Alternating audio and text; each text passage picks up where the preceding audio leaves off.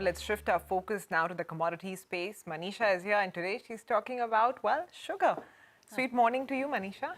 Morning, Sumaira. Thank you for that. Well, there are 2 or 3 important trends emerging in sugar which one should take a look at. One, we've seen some support coming in for prices in the Indian markets and the international space as well.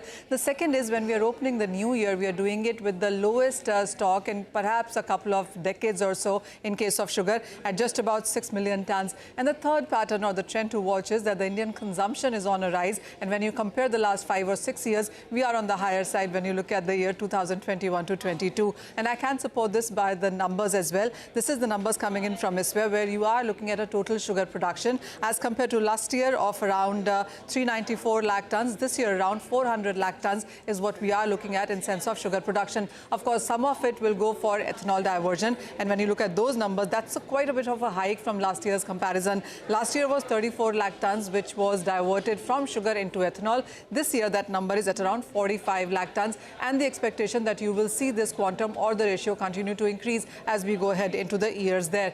And the third important data that I want to put on table is the sugar exports itself, and those numbers have continued to see an uprise as well from where we were in 2018-19 at just about 38 lakh tons to last year at around 112 lakh tons, which has been a high, an all-time high rather in case of sugar exports there. So was the case for 2020-21 as well. 70 lakh tons also has been an all-time high, and then we have seen the number increase in the last year as well.